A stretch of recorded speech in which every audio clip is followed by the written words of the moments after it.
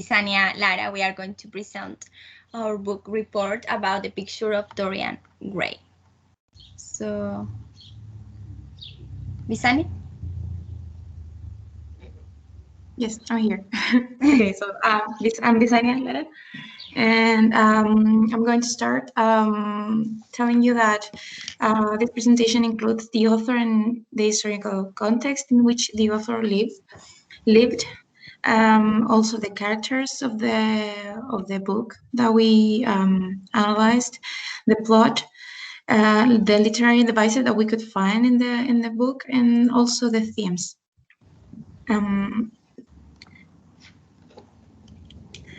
Okay, so first of all, here we have the author and the historical context where Oscar Wilde lived. So you can follow the timeline that we have there.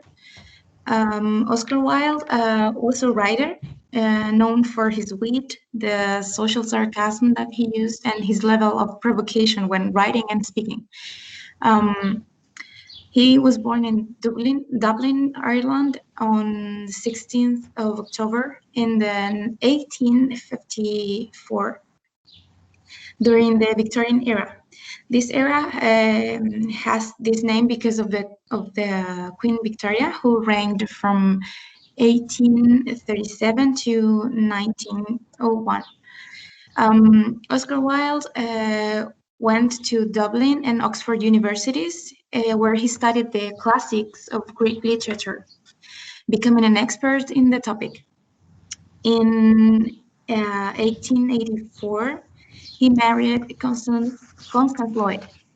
She gave birth to their two sons, Cyril and Vivian, who rejected later his father's last name because of the events that his literary work, The Picture of Dorian Gray, would trigger. So this novel, The Picture of Dorian Gray, is quite important for Oscar Wilde because it changed his life. His literary work was developed during the late Victorian period. This period covers the later half of the 19th century, from 1876 to 1901. Oscar Wilde's works include plays such as Salome, among others, to mention all of them. And his novel, which is the one that is important for us, is The Picture of Dorian Gray. This novel that we will present was published first in 1890 as a short story in a magazine. Later, in the 1 year later, the second edition of the tale was published. And here, the tale changed into a novel and included more chapters to develop the characters in a better way. And also, Wilde added a preface to answer criticism, because the first edition of the tale was criticized a lot. So he added in the novel a preface that would defend his novel, and he would talk about the role of the artist, the art, and the value of beauty. This novel shows clearly how Oscar Wilde was an exponent of aestheticism and Gothic fiction movements. The first one, aestheticism, is an intellectual and art movement that supports of aesthetics values more than social political themes of the time for literature, fine art, music, and other arts. And the second, Gothic fiction, is a genre or mode of literature that combines fiction, horror, death, and at times romance. Okay, so the criticism of his novel didn't stop, even though he included this preface. The criticism didn't stop, and most of them were related to the perception that the novel gave about hedonism and conventional morals. People were afraid that the novel could harm the mind of young people when reading it. So for this reason, and despite all of his efforts, of his literary work didn't stop causing him troubles. Moreover, because of the relationship described in the novel between Gray and Basil, Wilde was judged by his homosexuality, which was a crime that could send people to jail in that epoch. Wilde's success finished in 1895 because of the criticism of his novel and because of the father of one of his friends named Douglas. The Marquis of Queenberry accused Wilde and his son Douglas of being lovers. Therefore, the Marquis of Queenberry started a smear campaign in newspapers and magazines accusing Oscar Wilde of homosexuality. And in the trials, Wilde affirmed that a man cannot be judged for what he has written. Unfortunately, in 1895, he was condemned to 2 years of rigorous imprisonment. And after leaving the jail, he changed his name to Sebastian Melmoth and spent his last years in Paris, where he died on 30 November in 1900 at the age of 46. So he has a quite controversial life after this novel was published.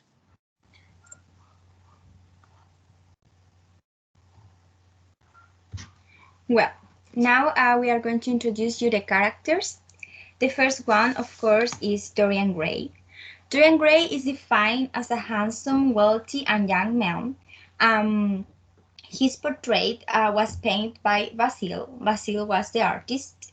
And what happened with Dorian Gray was that under the influence of Lord Henry Wotton, which is a friend of him, he became extremely concerned for his youth, beauty, and pleasure.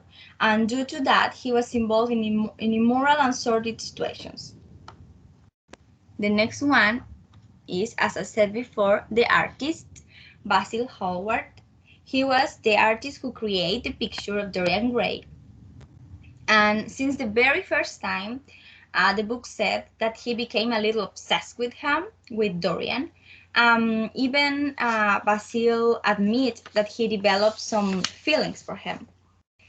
Moreover, we can notice that Basil was a man with values, not eager to be involved in immoral situations.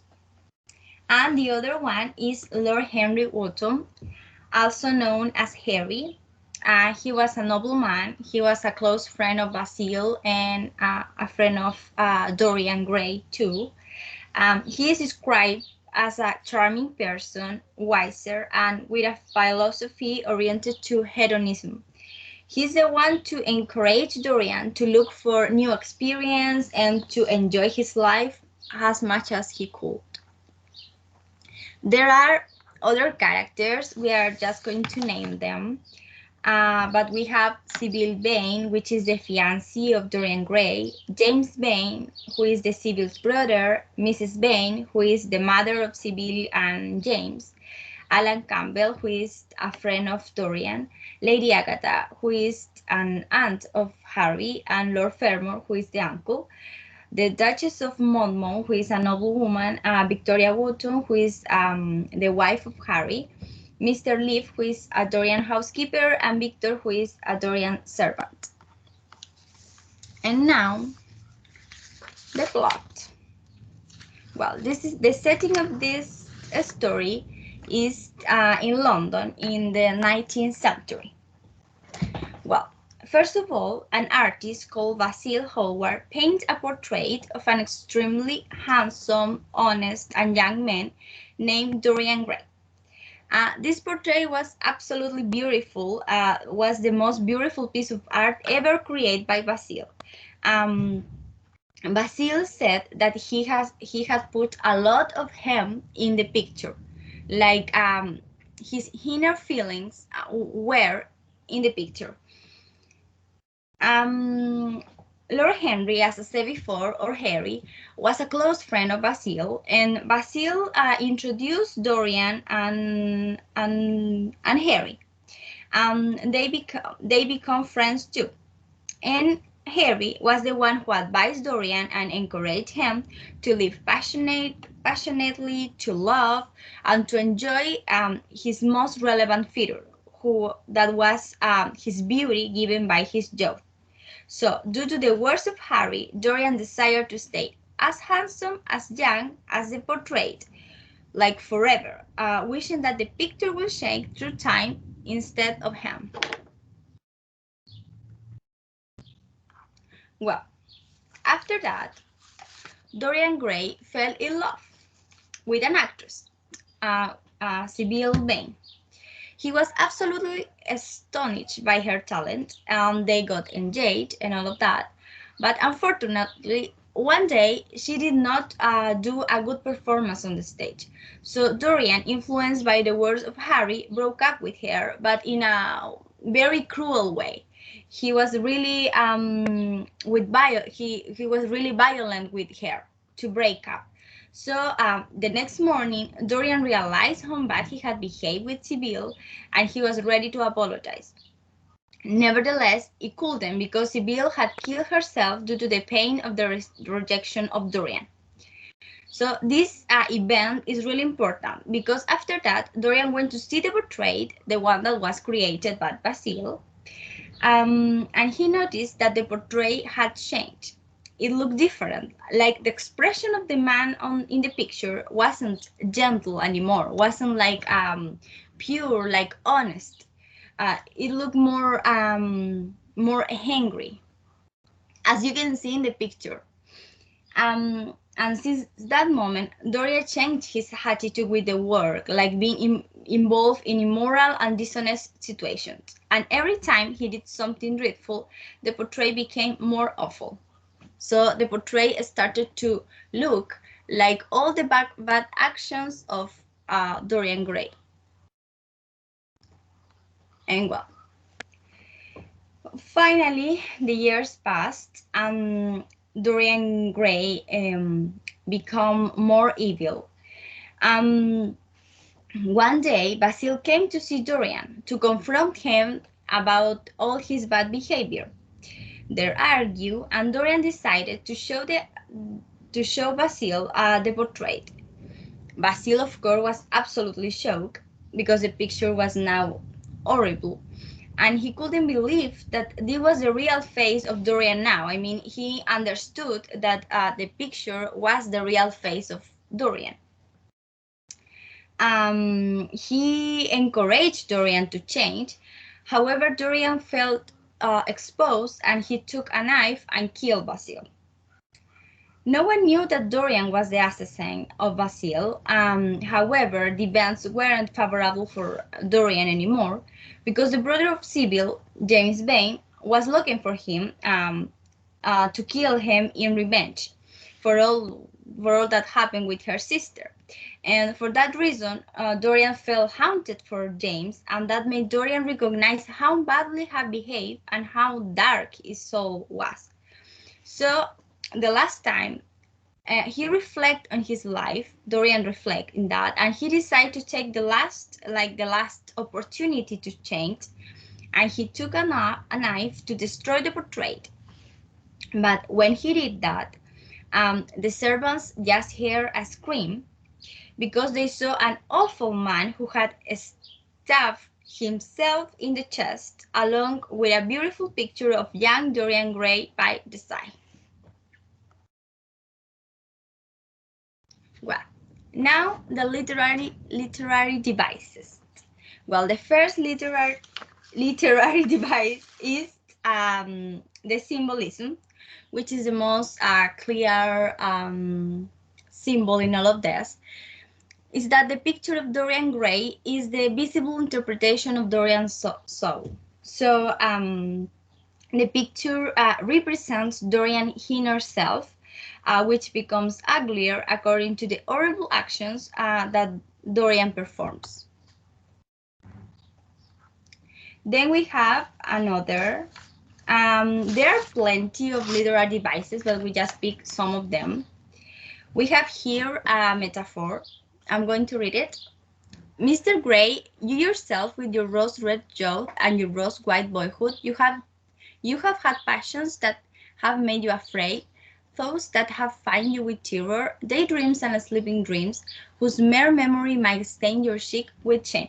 This is important, this phrase, this quote, because it was one of the first like advices that Harry said to Dorian Gray. We can see the metaphor because he said rose red youth, who means that like the passion of you have when you are younger, and in contrast with the rose white boyhood, who means that he was kind of pure. He was like a good person in the inside, like a very pure person, a very honest person. And from this point, um, by the advices of Harry, he started to change. And the other one, we have a metaphor and a simile. That this quote is said about Sybil Vane, which was the fiancée, and it says, okay, it says by Dorian. But Juliet, Harry, imagine a girl hardly, sorry, it says but Harry. But Juliet, Harry imagined a girl hardly 17 years of age with a little flower-like face, a small Greek head with plaited coils of dark brown hair, eyes that were violet wells of passion, lips that were like the petals of rose. Well, she is described um, as a flower. In the first part, we look, it's a simile like flower like face and like the petals of a rose, talking about the lips. And it also said that violet wells of passion. And this is important because violet, like in like a meaning behind of that flower, we can find that a violet means or represent a person who is very honest, or whose love is really honest. So Sibyl was really in love with Dorian Gray.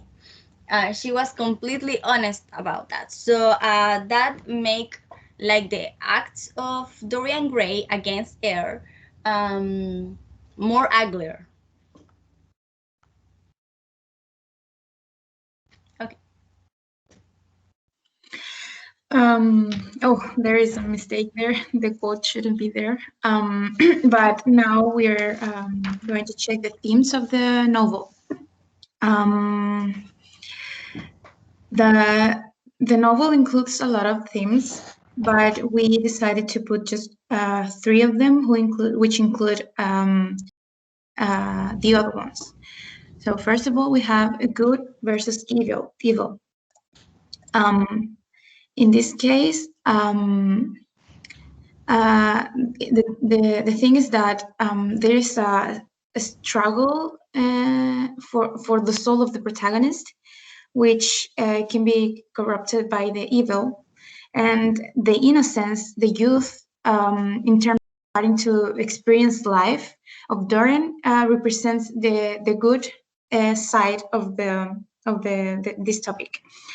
It is important to remark here that this novel is a modern interpretation of the myth Fausto, which is a German legend in which the protagonist sells his soul in exchange of eternal youth, knowledge, and also unlimited pleasure. So it is said that Lord Henry could be related to the devil in Faustus' story. And even though Henry is not conscious of his acts, he was the one who manipulated Dorian's innocence and initial insecurity to become into a completely different person. Dorian commits several bad actions. However, good ultimately trumps here because Dorian is punished with a death that is both horrifying and rather embarrassing. So here we mention a lot of themes like innocence, youth. In terms of evil, we have lies, indifference, and the great amount of actions that Dorian commits. For example, killing his friend, or not being interested in his fiance, only being in love of the way that she acts, not of the person itself, of she. So this is one of the themes, the main themes of the novel. The other one is beauty and youth. And here, well, beauty, it's more related with the idea of art, because as I mentioned before, the author included a preface that talked about beauty, the value of beauty, the art, and also the importance that the artist has in these two um, in these two ideas, the idea of art and beauty, because Dorian represents like the main art that Basil that made Basil feel inspired. And in this preface, Wilde, the author, tries to represent the art in Dorian. Like, it's like there is a relationship between what the author thinks, and he feels like he's being Basil, and Dorian is like his greatest piece of work. And then we have morality and ethics, which is related to well, in this case, we can talk about the case that finished Wilde's reputation and success. But first of all, in terms of the novel, we can say that everyone in the picture of Dorian Gray has his or her own moral scale. And we can see that in the book, we cannot be quite sure what is right and wrong. And some things are definitely wrong, as I mentioned before. For example, killing your former best friend and trying to disappear him with chemical products. That's really bad. The interesting thing here is that the characters in the novel have a particular way of adjusting the personal, moral, and ethical codes to suit their own needs and desires. And Lord Henry, which I mentioned that he could be considered like the evil in the novel, as well as the same as in Fausto legend. Lord Henry, his ultimate hypocrisy lies in the gap between understanding the morality and ethics of his epoch, but he acts in public according to accepted ethical code of his society, but his personal morality is vastly different. He just he's another person with the society. He develops in a different way, but internally he is totally different. And Basil, while Basil is highly moral, a moral character, Lord Henry is an immoral one. They are two different sides of the coin. And Dorian is the only one who commits acts that are not accepted in society. So he is the only actively immoral character that we see in the entire book, the entire novel. So in terms of the novel, we have that idea, and from the vision of the author, the case that made him lose the entire success of his career, the acts that are present in this novel were criticized by the society in which Oscar Wilde lived, because the criticism was related to the perception that the novel gave about hedonism and conventional morals. The novel represented too much emphasis to personal satisfaction as the superior end of life. Dorian seeks pleasure, and it considers that is the only good thing in life. And Lord Henry, was the one who made him think about that. So, and on the other hand, in terms of the conventional morals, um, as Dorian commits all these acts which are not accepted by society, people of Oscar Wilde's society were afraid that the novel could harm mind of young people when reading it, because they would probably feel that they, I don't know, enjoy their life and seek for personal satisfaction instead of being a moral person who follows the codes and the ethical codes of his society, of her society. It's like, I don't know if you remember this term, which was very used, YOLO, you only live once. That's like the main idea of which people, of why people was so afraid of this novel. And well, these are the themes. And then we have some quotes that represent some of these themes. Some of them are just there because we found them interesting. But for example, the first one, I have put too much of myself into this painting. This quote represents a little bit the theme about art and beauty, more about art, because Basil says that he has put a lot of himself, like he has um, put some, apart from his effort, also some feelings into the painting. And Dorian was the that represented the greatest piece of work. And this can also be considered by this can also be considered in terms of understanding what Oscar Wilde tried to do in this literary work. He tried to represent the basis of aestheticism and explain that Dorian was like his piece of work, like the greatest one. Then we have There is nothing in the world as important as youth. This one um, can be considered part of a little bit with the good versus evil, because this is Lord Henry, the one who says it. And with this, he puts like a little seed in the mind of Dorian, in which he starts thinking that he should start enjoying his life instead of, I don't know, doing good things, just in simple words. The next one is when we are happy, we are always good. But when we are good, we are not always happy. This is also related with, I mean, Lord Henry said this. There we have the initials of his name.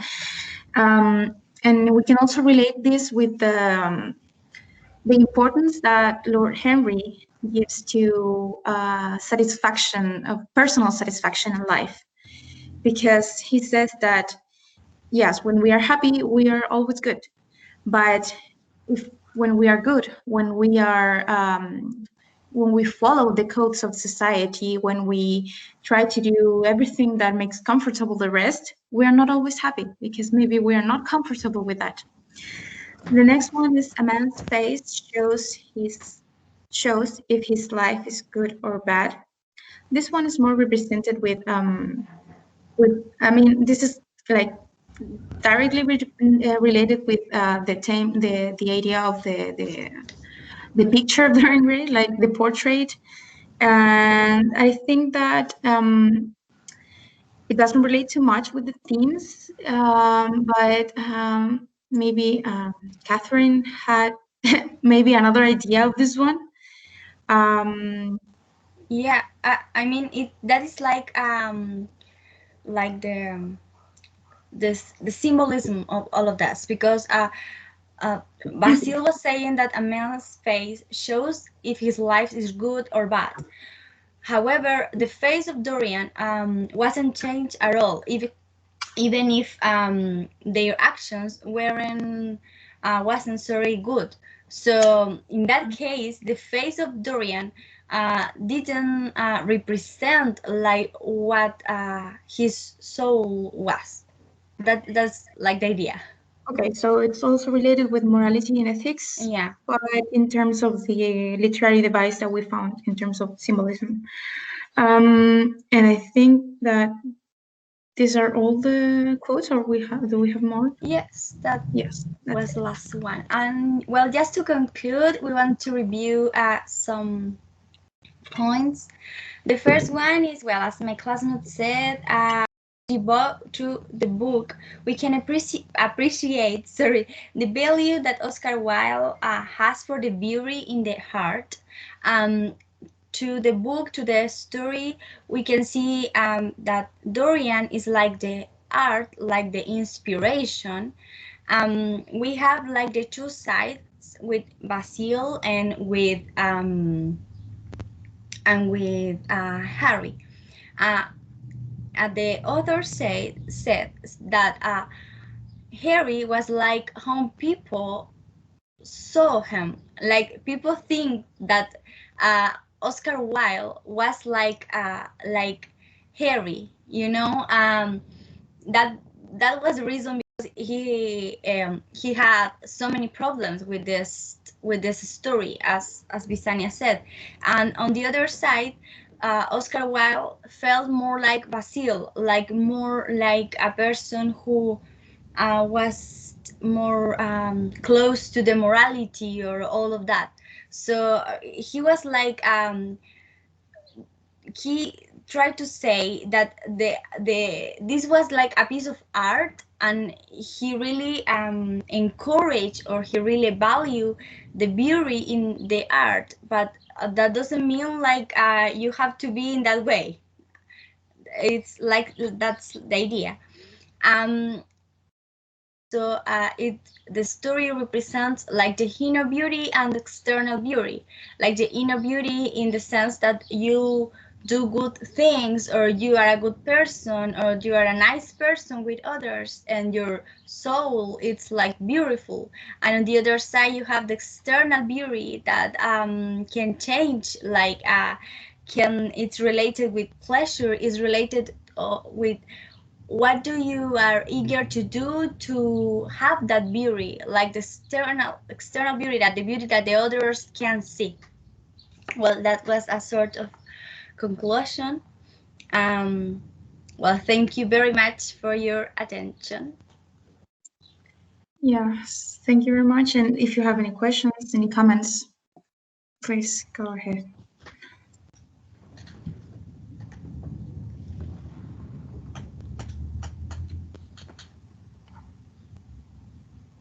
Questions, comments, something? Thank you for your presentation. Are you can you hear me? Yes. Yes. Okay. All right. Thank you for your presentation or book report. Right. I have a question for you, and it's a double-folded question. The first part of the question is this. This question is for both of you. All right. The question is: do you justify or the moral choices made by the main character? Meaning, do you justify the end through the means he used? And the second question, or the second part of the question is, would you be confronted to the same situation? Which choices would you have made? Would you have done exactly the same as the main character, or would you have gone or walked a different path? Well, I think that, well, first of all, I do not justify Dorian's actions. I think that as he was young and innocent and easy to influence, he just decided to go through the easy path, like the one that Lord Henry, a mature man, tried to put in his mind. So I think that he was just being immature, and he tried to be he tried to enjoy life as much as he could, but he wasn't thinking about the rest of the people. He wasn't thinking about who who would have been harmed maybe, and I don't know if I would go through the same path as Dorian did, because I have another view of life. Maybe I think that's completely different, because Dorian was 17 years old. So he was too young, he was innocent, he was easy to corrupt. And when we are at that age, we think that life is easy, we think that we can do whatever we want, and we don't have the same experiences that we can acquire when we grow up. So maybe I would do a little bit some things that maybe would be wrong, but not at that point, like extreme point, to kill someone or something like that would hurt someone that much, because I have another view of life. And yeah, well, in terms of that, I mean, in terms of the novel, like putting myself in the shoes of the character, I think I would say that. Well, I totally agree with Bisania, because you can, I mean, in life maybe you can do what you want to do, or it's okay if you want to enjoy life or all of that. However, Dorian start to hurt people. He did things to hurt others, and that make her soul became like dark, became dreadful. So I don't justify his behavior. However, as Bisania said, he was still young and easy to follow others, easy to change his point of view to others' point of view. So maybe he didn't have a proper opinion of life, a proper opinion of what was better to do or what was wrong.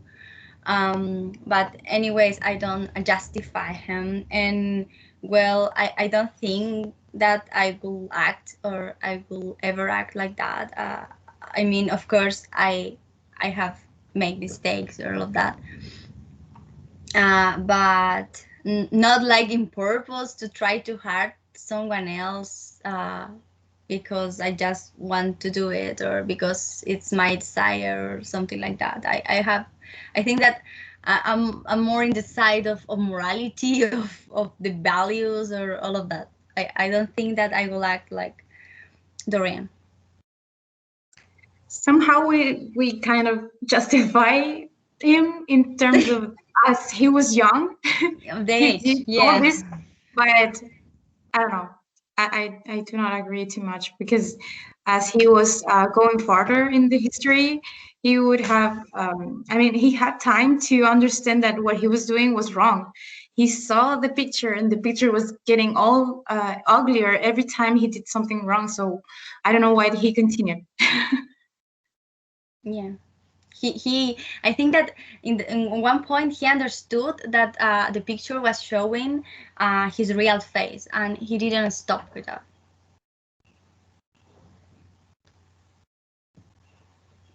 Right, and I understand your point. When someone is young, is easily maybe corruptible, or at least easily influenced by others who may want to, influence or make an impact on someone's life. But as you mentioned, there was a process in which there was some sort of evolution here. Now, you made a reference to Dr. Faustus, right? And I understand he made a sort of a pact with the evil. He sold his soul, but the idea was to obtain or to gain knowledge. I understand that that's the idea. In in the case of this story, it wasn't knowledge, but this quite interesting myth of eternal youth or eternal beauty.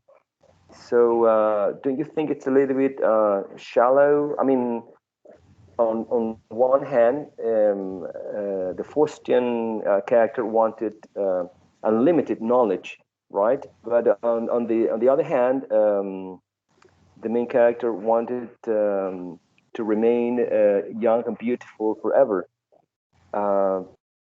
Would you prefer, if that was that was the case for you? Would you prefer to know to have or to gain all the knowledge in the world, or to remain young and beautiful forever? What do you think? I reckon that this difference is made because of the point of view of Oscar Wilde, because he really appreciate like the beauty in the art. Like for him, that was like the most important thing to say in some ways. And I think in my point of view, the eternal youth or the external beauty is like a reflection of how do you expect that others see you, and on the other side, like knowledge is more like how do you feel about yourself, or how do you want to be like real you. And of course, with a bigger with a bigger picture, I think that the most the better option is to want or to desire the all the knowledge that we can. I mean, that is like, at least for me, like the better option.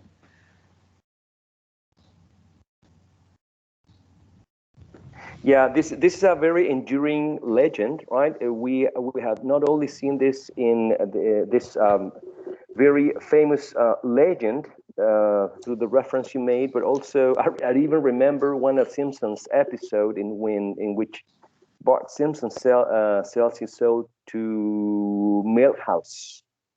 So Yes. selling one's yeah, right. So selling one's Yes. soul, right, to obtain because it's a really um, it's a temptation for anyone to obtain something unlimited or eternal, whether it's knowledge, whether it's good looks, whether it's anything that may be attractive for you, in order to sell something that you don't see, that you don't touch, that you don't even feel. So it's right there, but it becomes your essence, according to some religions, right? Yes. Interesting depiction of this very interesting legend.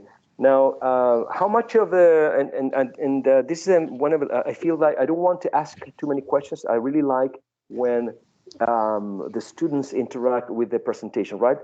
So my last question has to do with how much of the author is in the story. How much of Oscar Wilde is in any of the elements in the story? Well, Setting, characters, you know. yeah, well, the story, it is said that the story represents a lot of Oscar Wilde's life. As I said at the beginning, he was criticized and punished for being homosexual because people thought when you start reading the novel, you can see immediately that there is a pressure of love and sexual love, like between.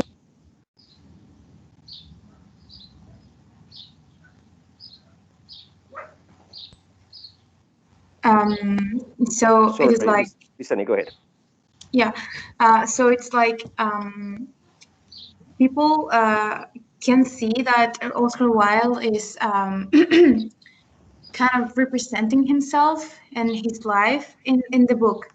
He also argues that he feels represented by the three main characters, which are Basil, Lord Henry, and Dorian.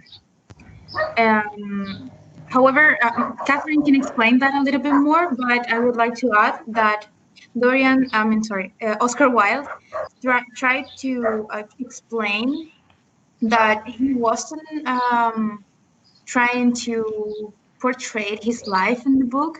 He was just trying to to represent how art and beauty can be. How beauty can be so important in art, and that art only lives for representing beauty. It's like the main tenet of aestheticism. Um, and you also like work with this legend of Fausto. However, I also think that we cannot separate the artist from his work. So I think that he must have felt represented by a lot. And I think Catherine can explain a little bit more how he is represented with the characters. Yes, well, as Bisania said, we cannot like separate the artist from the art. Even he said, like, or Basil said in a point, like that this piece of art has too much of me in it. I mean, you can see my feelings in this picture in right, because like it's like me in another way. And Oscar Wilde, or the interpretation that we can understand of all of that is that Dorian was like the piece of art, like the inspiration for Oscar Wilde. And in one side, Basil was like only he perceived himself like a most moralist and sensitive person. On the other side, it was Lord Henry, who was like all the other people saw him like more oriented to the hedonism, or oriented to the like to the experience, to live, to enjoy, to the passion and all of that. And there is a relationship between the three characters, in which we can see like the Dorian Gray, I mean the Oscar Wilde personality in them.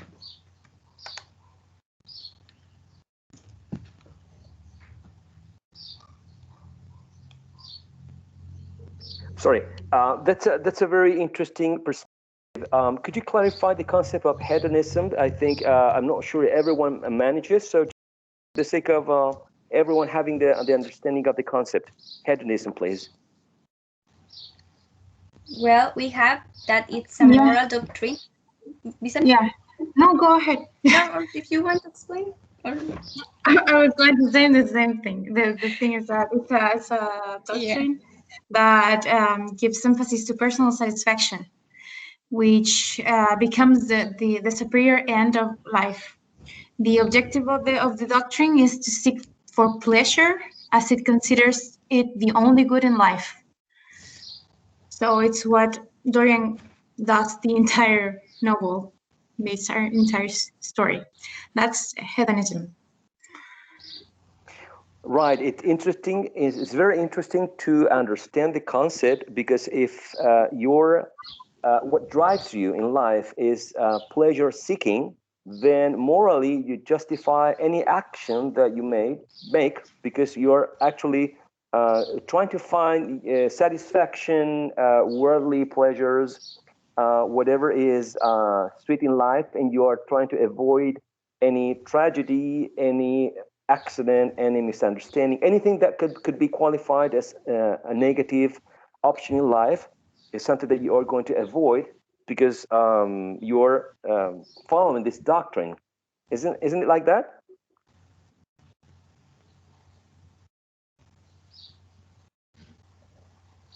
Sorry, Professor. So the idea. That I lost the connection for a second. I'm sorry. Right. So the idea of justify any moral action, if you're a follower of hedonism, so essentially you could say, well, I'm just looking for my own pleasure. Yes. Right. I don't want to go through that experience, because it's going to hurt me. It's going to make me feel bad, and I really don't like to feel bad. So I'm not going to do that. Exactly. It's like you can only think your personal satisfaction, your pleasure, what is good for you first, and do not think in how that could affect others, or how can influence others, or how that can be bad for others. Do you think there might be a lot of followers of this doctrine without knowing it, without knowing they're hedonist?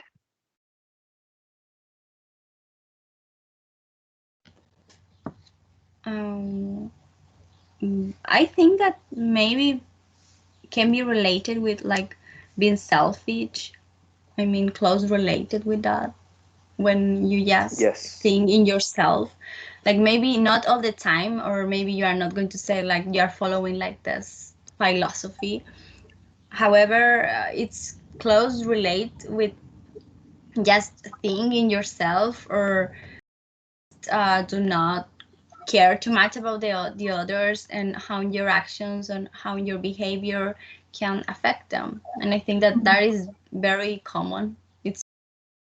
It's more common to see a person with selfish than a one that is open to help others, for Yes, I example. think that it is possible that people can be hedonist without knowing it, because now we don't use like this exact word, but as Catherine said, we can find people that is selfish, that is not empathic with the rest of the people that surrounds them. So yeah, it's possible. Maybe we have been hedonist sometime and we haven't noticed, but this novel shows hedonism like in a extreme way. Right, right. That's. I mean, in general, people, for example, that now are considered to be, for example, romantic writers. At the time, they did not consider themselves romantic writers, but later on, the label was assigned for all those who, felt more connection with nature, were more oriented with. Sorry, I'm feeling like an echo. So some.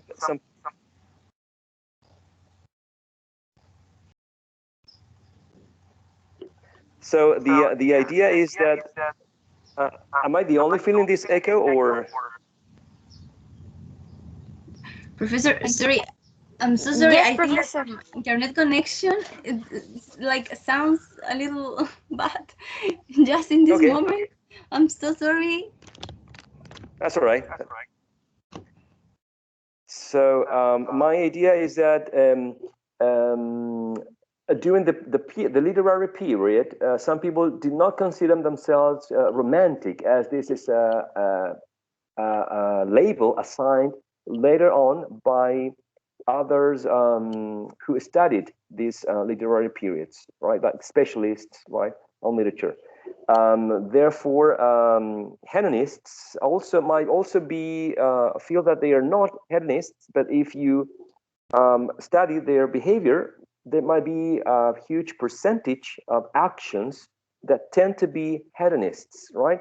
So eventually, nowadays, in which people are in general very disappointed by, I don't know, society, the state, governments, politicians, they still may have some type of behavior that might be considered romantic, or that might be considered hedonist, right? Without actually knowing or having signed an agreement with, I don't know, a political party or a group or a society, right? So we may share some of these type of behavior, and even we're not fully aware of it.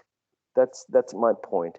And this is a good way. We're opening a door for everyone to maybe self-assess his or her own behavior, and double checking if maybe what you're doing is having a hedonist behavior.